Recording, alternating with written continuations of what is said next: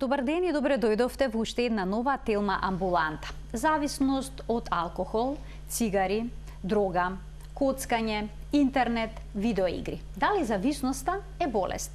Ставот на околината за зависникот е сам си го барал, сам си е крив, односно самиот си е виновен. Но дали кај зависноста постои доброволност? Оние кои што се обидуваат да се излекуваат од зависноста велат дека имаат чувство како да се борат самите со себе си. Дали можеби затоа е тешко самите самостојно да минат низ тој процес и колкав процентот оние кои што одлучиле да се лекуваат имаат резултат во сето тоа. Професор доктор Лилјана Игњатова, психијатар од Медицинскиот факултет во Скопје е во студиото на Телма со кој што ќе проговориме на оваа тема. Професорке, добре ни дојдовте. Добро ве најдов и благодарам на убавата најава, ги допревте многу значајни моменти врзани со тоа дали е болест или не, зависноста, дали има доброволност или не, и мене ме изненадивте со најавава, искрена да сум. Благодарам, тоа ни се некои поидовни точки на разговорот за кои што се надевам дека ќе ни дадете појаснување. Обично кога размислуваме за зависност, првата асоциација е алкохол, дрога или цигари, но таа може да опфаќа и други работи. Коцкање, она сега што е многу активно, зависност од смартфон, од интернет, социјални медиуми, онлайн шопинг и слично. Но некои велат зависник сум од храна или пак од некои други работи. И сега, која форма на зависност најчесто се јавува кај нас? Со што најчесто се среќавате? Што говори вашето искуство? Што е најприсутно?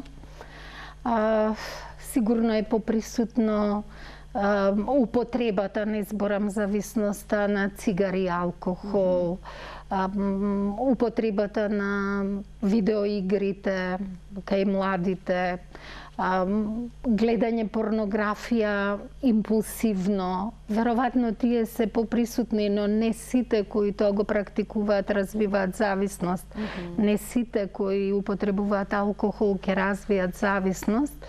Илегалните дроги можда се помалце присутни, ама прават сериозни проблеми. Така да, околу преваленцата, што е најприсутно, алкохолот, од студиите кои ги имаме во нашата земја, алкохолот, цигарите, од илегалните дроги, канабисот е најприсутен. Од неодамна почна да се мери преваленцата на часови поминати на интернет, видеоигри, коцка преку интернет, така да и тука бројот расне. Така да се е присутно. А од што зависи дали некој ќе развие зависност или не? Не секој што земал дрога ќе стане зависник. Така е. Или пак не секој што се напил алкохол ќе биде зависник. Така е. Значи, не секој што употребил алкохол или дрога развива зависност, а има некои проценки дека не знам, од 10 луѓе кои ќе употребат канабис, 1 ќе развие зависност, од 10 луѓе кои ќе употребат хероин, 3 ќе развијат, од 10 луѓе кои ќе употребат кокаин, 5 ќе развијат зависност. Тие се некои проценти колку е ризикот, но има фактори кои влијаат на болеста, надворешни и внатрешни фактори. Од внатрешни фактори е генетска предиспозиција, да речеме, наследен фактор, потоа структурата на личноста, како детето изградено, некои психијатриски коморбидитети, депресивност, напнатост, анксиозност, импулсивност на детето се ризик фактори за развивање. Околината исто така како влијае, дали е во средина каде што се нормализира употребата и како велат тука сите зимаат, па ќе зимам и јас, дали домот е растурен или е функционален дом и функционално семејство, какви се моделите од кои децата имитираат, вика децата гледаат, децата прават. Така да, дали дома се практикува употреба или не, и генетика и надворешни фактори влијаат дали детето ќе биде во ризична група за лесно да започне или од кога ќе започне да развие зависност. Затоа што некои ќе започнат, но ќе се тргнат лесно од супстанцата која ја употребила. Така да има повеќе фактори. Па дури во поново време зборуваме не само за генетски, него и епигенетски фактори, односно фактори од надворешната средина кои влијаат на нашите гени. Па еден од тие фактори е самата дрога. Самата дрога го менува генетскиот материјал во телото и прави да гените се транскрипцијата нивна се менува и потоа они се подложни за зависност, нели, за тие болести, иако тоа не го наследиле како фактор. А што се случува со нашето тело, со мозокот, кога сме зависни, дали од некоја ваква супстанца што се зема или пак од интернет, некои се постојано со телефонот во рака? Така е, значи, зависноста генерално, дали е хемиска или не, односно дали е проблематична употреба на интернет или видеоигри, коцка, бихевиорална, зависничко однесување, како велиме ние, или е хемиска зависност од некоја субстанца, органот кој е болен е мозокот. Значи, ние имаме болен орган. Како за сите други болести у медицината, знаеме кој орган е болен, знаеме кој е причинителот, дали е хемиска или не хемиска субстанца или некоја нехемиска активност, и знаеме кои се ризик факторите ако субстанцата е присутна, дали ќе се развие зависност. Така да она што е значајно за зависностите, да сватиме дека тоа е неуросајенс, невролошка наука, како што е психијатријата, како што е неврологијата. Болен е мозокот, субстанците делуваат на мозокот и кај некои деца кои се склони или ризични да развијат, ќе се случи болеста, значи ќе се манифестира болеста. Исти структури од мозокот се заболени кога станува збор за субстанца и кога станува збор за зависничко однесување. Значи, исти структури во мозокот, исти функционални промени во мозокот имаме и тоа денес е возможно. За жал се уште само во научно-истражувачки цели се прави, се слика мозокот и се гледаат дефектите. Значи ги гледаме структурните промени, ги гледаме функционалните промени. Знаеме дека тоа е болест, знаеме кој орган е заболен и за среќа тие промени се реверзибилни. Можат да се вратат, може да се вратат доколку правилно се лекува, но не за сите зависности имаме специфична терапија и специфичен лек за тоа да го лекуваме. А што чувствуваат во тие моменти лицата кои што се зависни од нешто? Среќа? Среќа го прашам или не? Барем во почетокот причина за зимање задоволството. Затоа што и субстанците, и зависничкото однесување, дали е видеоигри или коцка, делуваат во делот на мозокот кој е центар за награда, центар за задоволство. И јас како велам да не беше таква структура на нашиот мозок, да го немавме тој центар за задоволство, веројатно ќе немавме проблем со зависност. И храната, и сексот, и водата, природните наградувачи делуваат во тој центар за задоволство. И сите дроги, и сите активности кои ствараат зависност, значи за ова зависничко однесување, делуваат во тој центар за задоволство. Лицето доживува задоволство барем на почетокот, со тек на време се развива толеранција, треба се повише и повише време да поминува на интернет, се позависно и позависно станува од интернет, или треба се поголема и поголема количина на дрога, или треба се поголем и поголем влог на пари во коцката за да доживее задоволство, и се јавуваат и абстиненцијални кризи. И засега од бихевиоралните зависности, односно од зависничкото однесување, она што е јасно дека и толеранцијата и абстиненцијалната криза постои и кај коцката, како и кај супстанците. Значи, после постои, значи, различна клиничка слика може да гледате и кај различна криза постои кај едните и кај другите. Да, и кај супстанци, зависно од супстанцата е различна клиничката слика, ама постои. Значи, абстиненцијална криза за психичка веќе не зборувам, но и физичка манифестација на абстиненцијална криза. Така да, барем на почетокот младите употребуваат заради задоволство, иако има многу други причини, затоа што го чувствуваат тоа задоволство, а понатака, она што го чувствуваат, може да биде абстиненцијални кризи, може да биде она што го споменавте, компулзивно се наметнува потребата да се земе субстанца или да се игра видеоигра, например, и нема доброволност.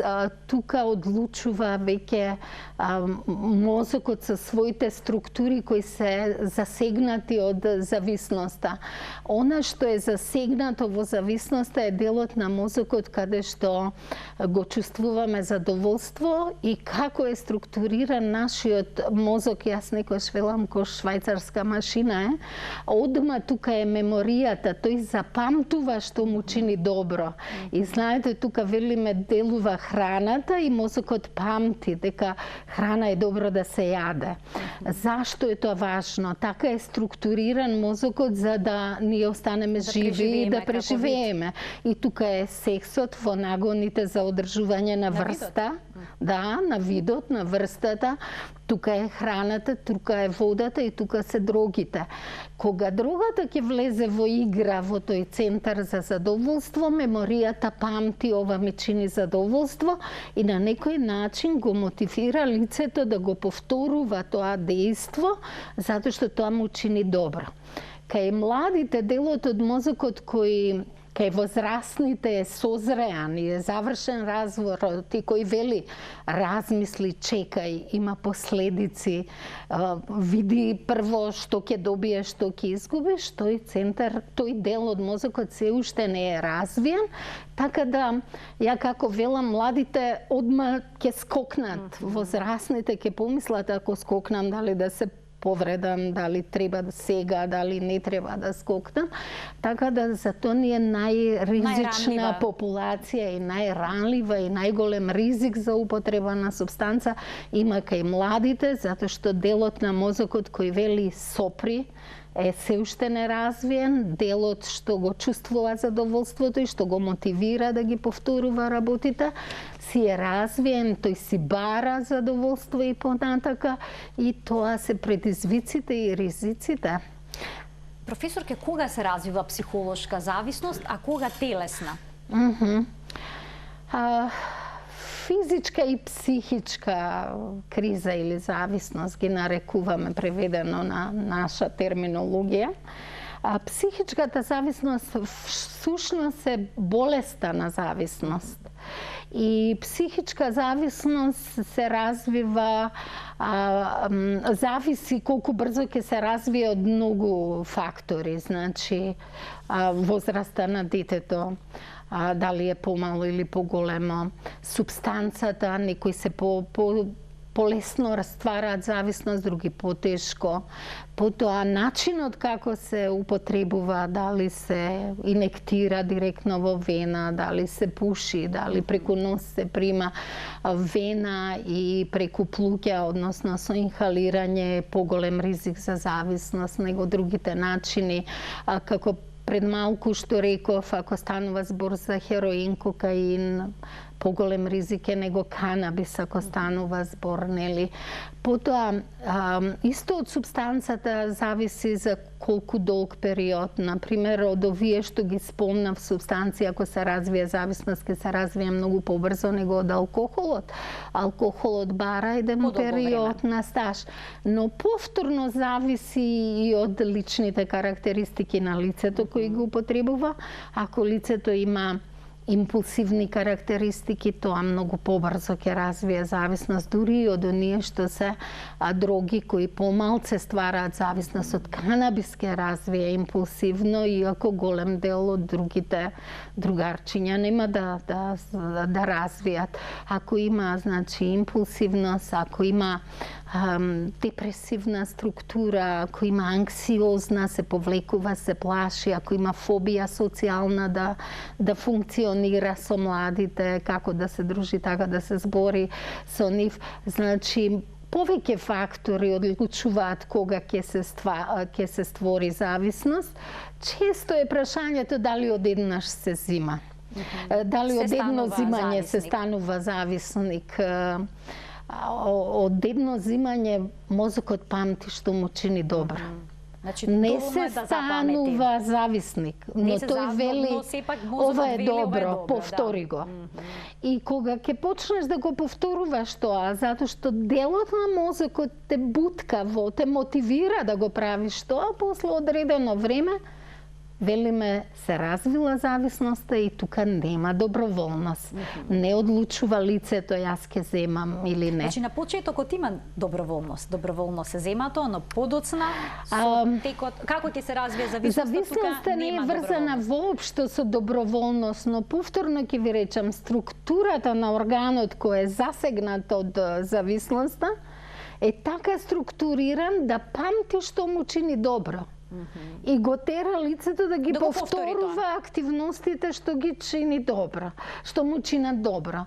Но на почетокот сепак, додека не отиде во хроницитет, додека не настанат тие структурни промени на мозокот, е полесно да се делува, него подоцна. А што обично ги мотивира луѓето да почнат да експериментираат со одредени психотропни супстанции или пак со коцкање?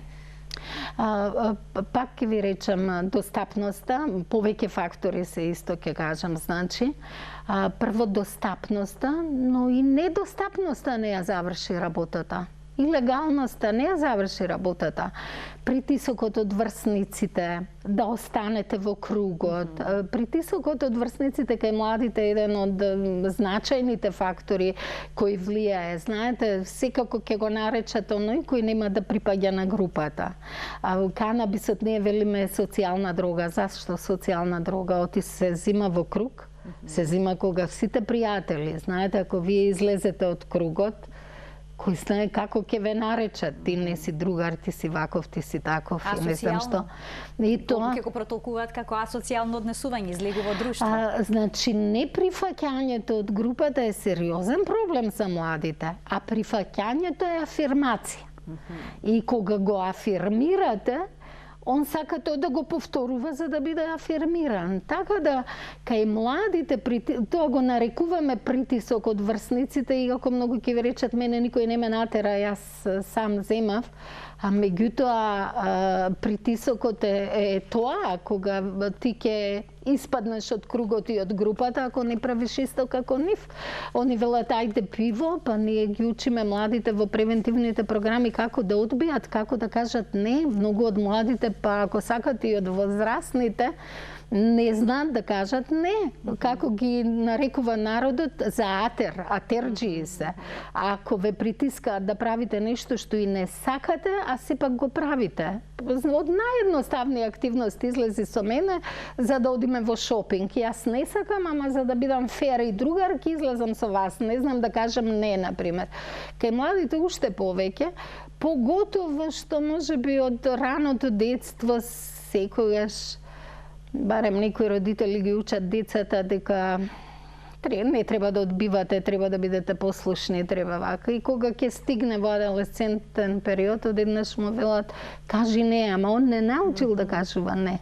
Па кога ќе му речат другарите, ајде запали цигара, иако не ќе, може да запали, за да не биде он единствениот кој во групата и во друштвото.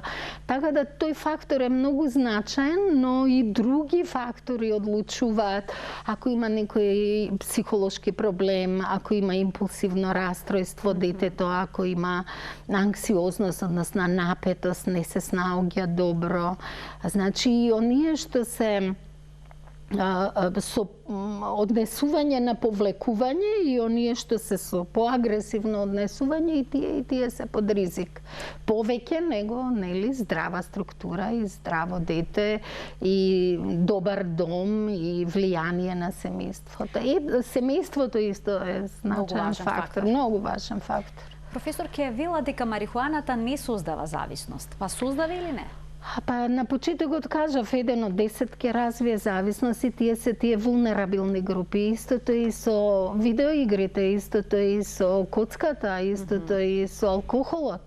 Не секој што ќе проба ќе развие зависност, но наша задача е да ги откриеме вулнерабилните групи и тие да ги заштитиме. Ние велиме интернетот е користен и добар е и се користи. Еве сега видовме во време на корона дека онлайн и настава и обуки, семинари, све се случуваше и не можеме да кажеме дека тоа е само штетен.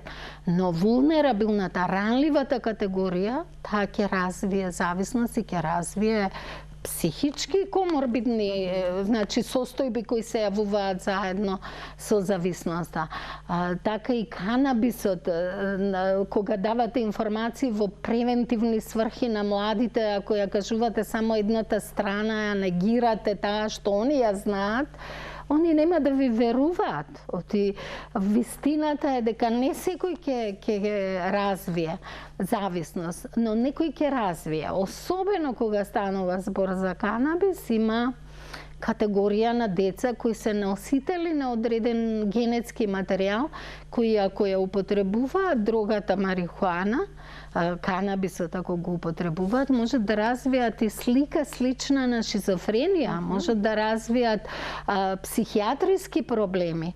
Но застрашувањето не работи, особено ако им велите кој пуши марихуана ќе добие шизофренија. Он ќе рече ние 10 души пушиме, никој нема шизофренија.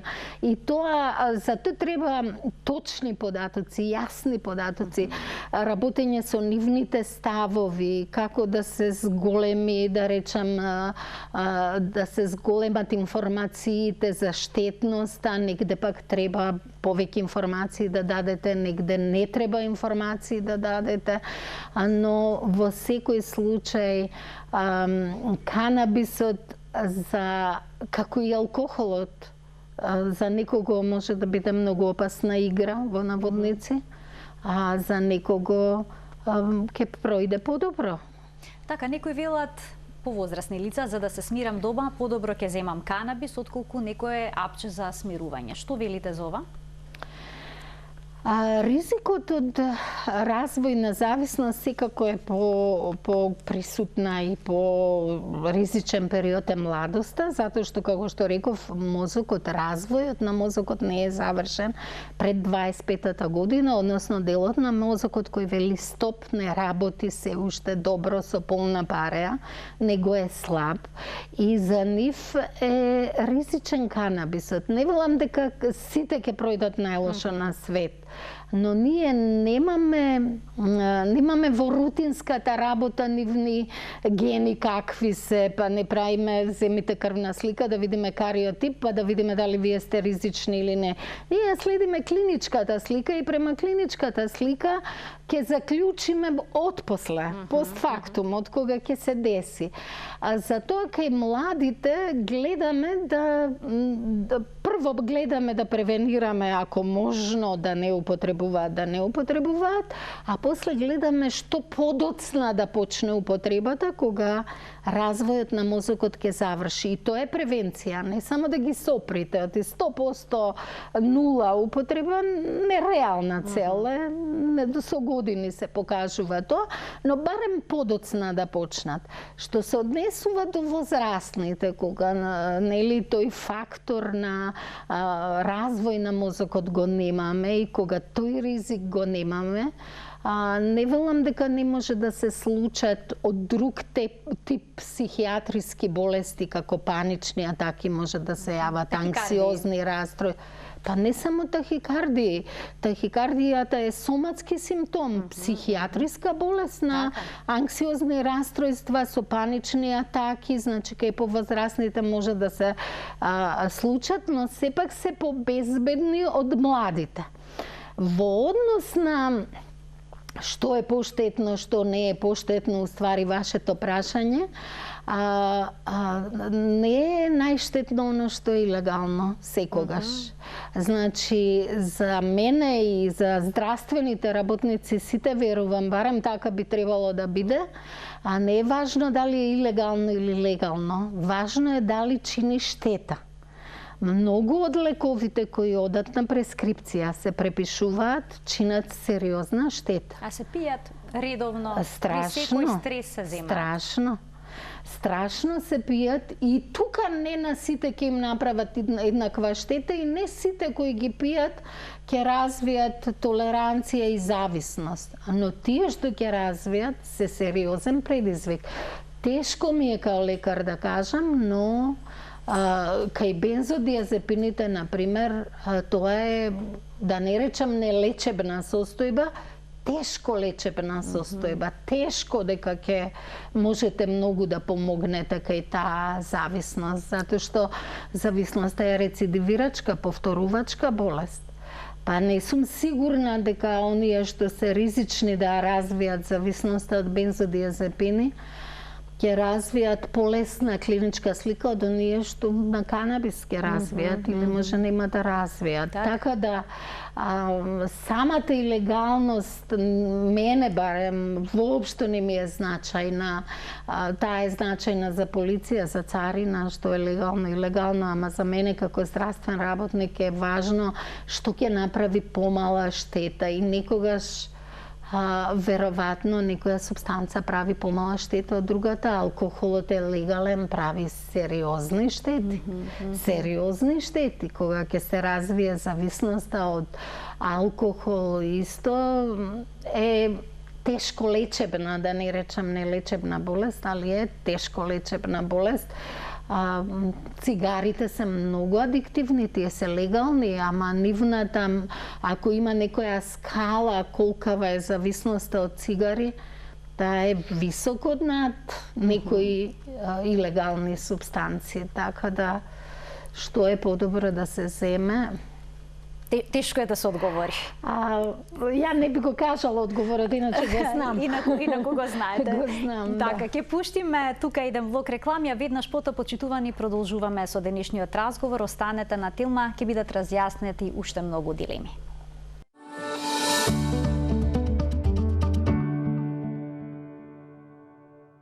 Професор доктор Лилјана Игњатова, психијатар при Медицинскиот факултет во Скопје, денеска зборуваме за зависностите.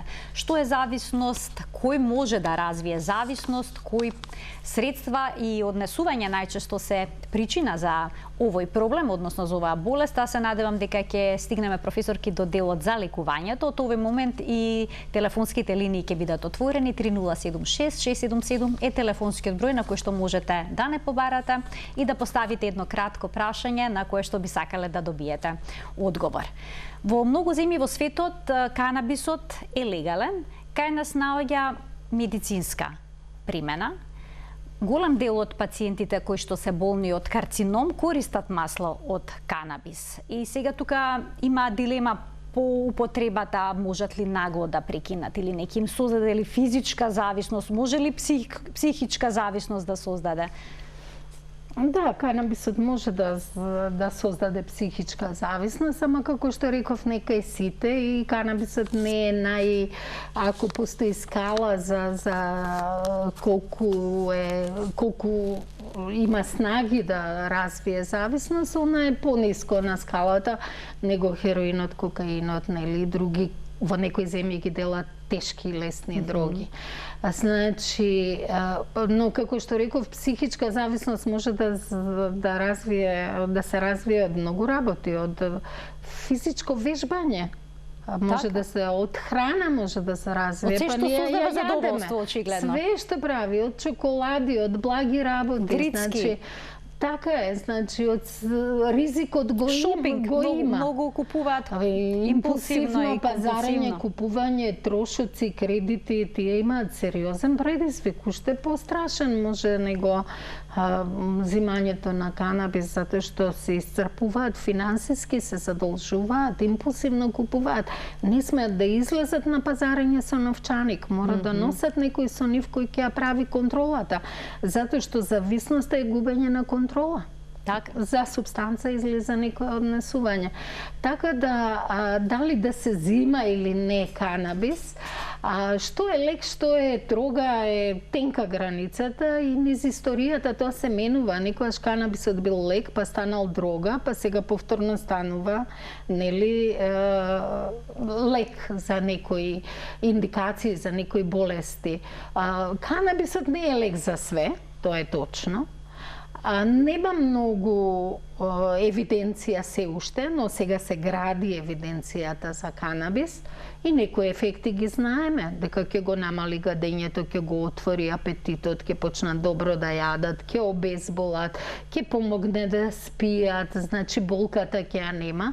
И кога станува збор за карцином или за терминални фази, јас немам дилема дека многу е важен квалитетот на животот на човекот. Најважно е да се обезболи, а не да размислуваме дали он ќе развие, дали тоа лице ќе биде едно од 10 кое ќе развие и психичка зависност. Значи, секојаш треба да се мери корист-штета кога се препорачува. Тоа треба да го прави медицинскиот кадар.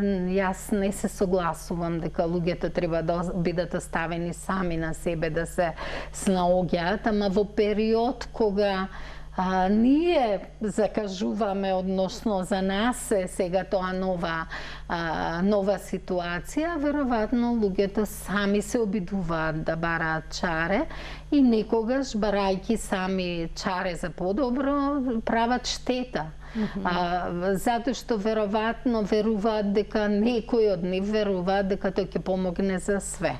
Канабисот не е лек за све и само некои индикациони подрачја, односно подрачја во медицината каде што може да се употреби како лек, се докажани дека и се потврдени дека може да се дава таму како лек. И тука сме се уште многу ригидни, да речам, секој почеток е таков. Малце подрачја кажуваме дека може да се употребува. Се уште полесно даваме тродон, наркотичен аналгетик, сериозна зависност што може да... Тродонот? Тродонот е наркотичен од типот на морфинските, како хероинот. Тој се дава и уште во прва линија за болка, многу поадиктивен, но за канабис, затоа што тоа е дрога, е нешто страшно и тоа не се дава, нели? Така да диазепамите, апаурините и сите тие се даваат многу лесно и вие како што спомнавте, или се лесно достапни, или многу се употребуваат. Така да треба да се направи баланс, корист-штета и таму каде што треба да се даде без... Споменавте лекови против болка, лекови за смирување пред малку кои што може да создадат зависност. Колку време треба да се земаат за да создадат зависност? Како некој да процени што зима некој лек против болка? И постојани мигренални болки се зема лекот. Како да знае дали протоколите за работа, например, со некои лекови јасно вели, за да не развие зависност, не треба да се дава подолго од 4 недели или од 1 месец, но тоа е многу шематски. Пак ќе ви речам, ако некој лице е ранливо за да створи зависност, мозокот ќе запамти ова е добро.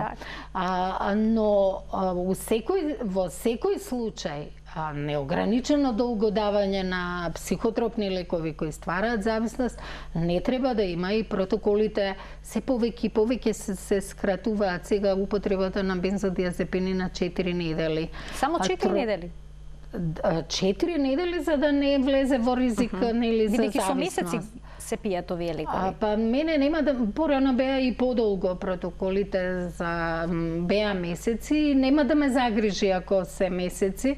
Мене ме загрижува што се декади, не години, декади на пиење на на бензодиазепини по 20, по 30 години.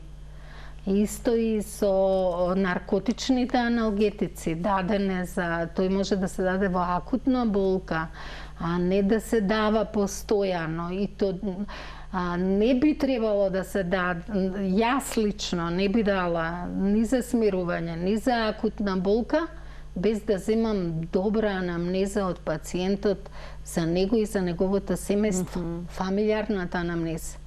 Тоа не се прави.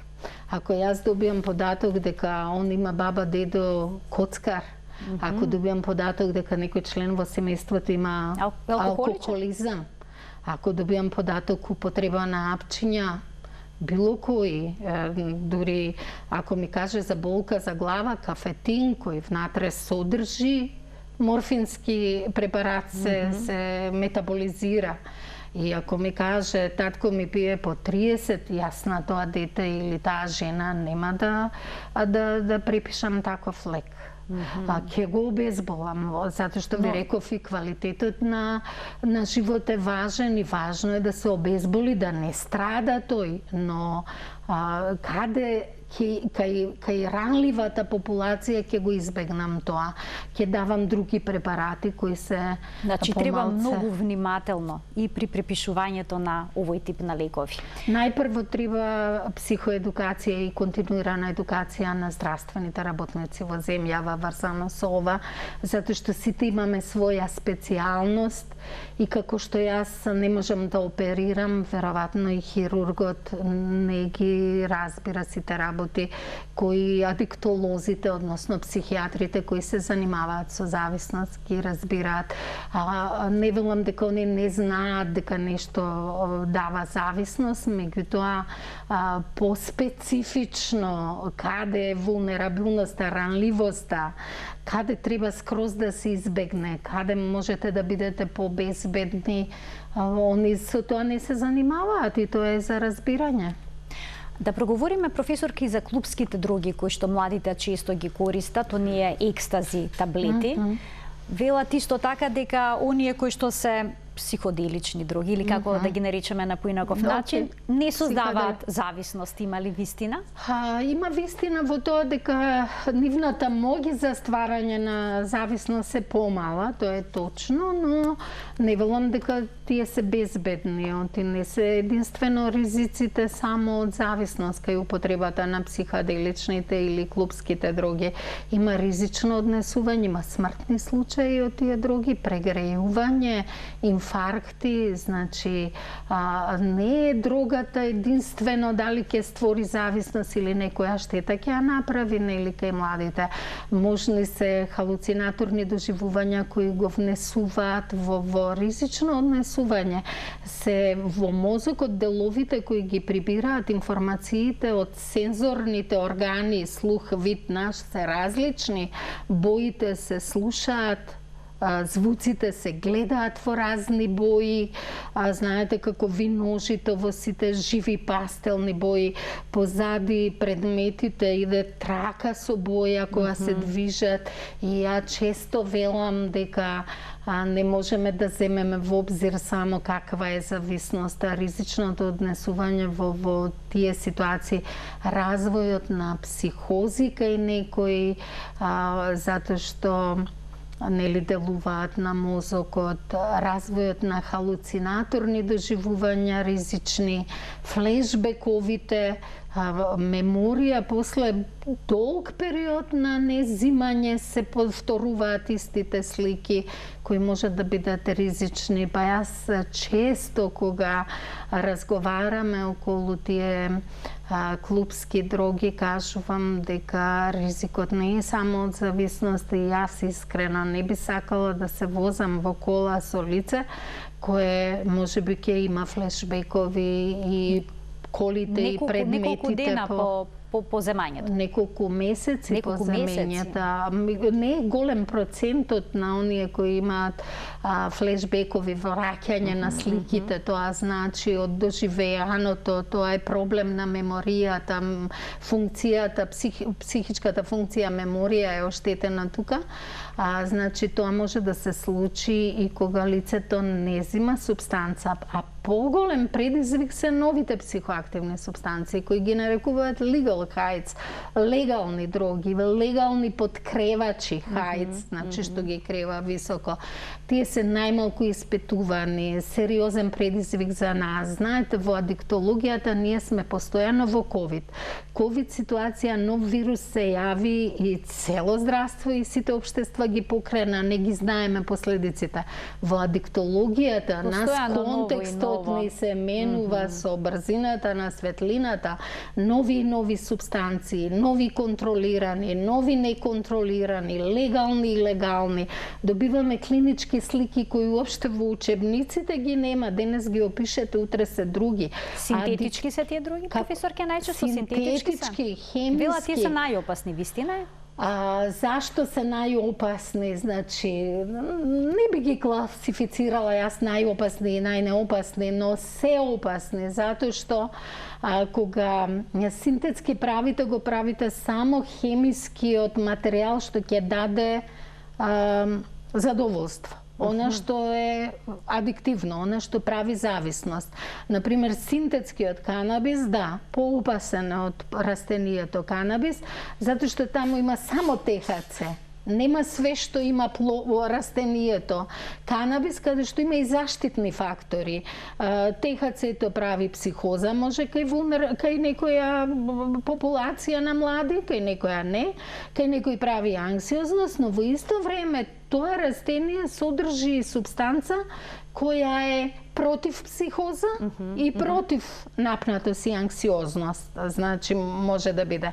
Кај хемискиот производ вие го правите само THC-то, не ги правите сите други канабиноиди внатре што постојат. И тогаш имаме попотентно, посилно, поевтино, легално, достапно. На тест се докажува?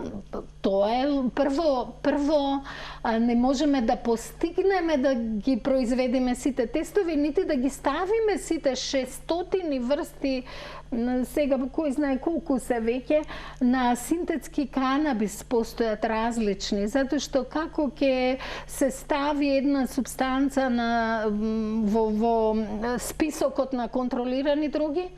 Произведувачите ќе произведат нова дрога со мала промена во хемиската структура и тука имаме значи потешки клинички слики, многу повеќе психози среќаваме, многу повеќе анксиозни растројства среќаваме. Со години наназад ние немавме смртни случаи од канабис, од синтетскиот, сега да, има, значи има такви извештаи. А младите некогаш мислат тоа што е легално е побезбедно, тоа што е илегално е пострашно или може тоа да им значи. Плюс да си вели во школото, ако не тестираат, има некои приватни школи кои тоа го прават, ја ќе излезам негативен. Ако сум за на суд или полиција, ја ќе излезам негативен. Ако сум, не знам, во затвор, ја ќе излезам негативен, ако ме тестираат. Тоа е предност. Патува карго, кога све престана да патува за време на COVID, другите продолжија да патуваат. Единствени некои кои немавме привилегија да не работиме со популацијата наша, тоа бевме адиктолозите се заедно со инфектолозите, гинеколозите, оти деца продолжија да се раѓаат. Инфектолозите има сериозен проблем со ковидот, ама мислам дека ние сме постојано во ковид во наводници и дека контекстот брзо ни се менува, новиве психоактивни субстанции одговараат на пазарот. Значи, што се бара? Тие патуваат карго, тие патуваат како стикери, тие патуваат во ДХЛ пошта и стигаат кај децата. За време на ковидот многу ДХЛ пошта патуваше со легални дроги, кои малце не се легални или безопасни, или разни клубски дроги, значи за све има копија, да речам. Так. За кокаин има синтетски кокаин. Не само синтетски, легален кокаин. Тој е синтетски, да. За канабис има легален канабис. За екстази легално екстази. Значи за сите ги има со сличен ефект, попотентен, посилен ефект, без ризик, со легални проблеми од полиција, и тоа беше пушот, да речем, притисокот да се легализираат дрогите, затоа што ги префрливме на некој начин младите да одат во легалните дроги кои не се помалце опасни. Многу сложена проблематика, професорке. Дефинитивно. Ни остана уште многу работи кои што очекував да имаме простор да ги продискутираме. Се надевам дека повторно ќе бидете во студиото на Телма, бидејќи информациите што ги добија гледачите се навистина корисни. Ви благодарам и на вас и мислам дека секое сериозно општество треба сериозно да се занимава со оваа тема, затоа што најдрагоценото нешто што е на сите нас, тоа се младите, се афектирани од оваа проблематика. И друго нешто што е значајно, без третман и разбирање на оваа проблематика нема добро јавно здравје во ни една држава, па ни во нашата. Ако ова не се адресира правилно и ако не се работи на оваа тема, вклучително и вас како сојузник новинарите ве гледам, нема да имаме добро јавно здравје во државата. Се надевам дека поинтензивно ќе се работи на овој проблем. Во следната емисија би сакала да проговориме како родителите да препознаат знаци на зависност кај нивното дете, не само од други, туку воопшто од било какво зависничко однесување. Ви благодарам уште еднаш за гостувањето. И јас на вас за поканата. Почитувани, ова беше се во денешната Телма амбуланта. Ви благодарам за вниманието со кое што не следевте. До гледање.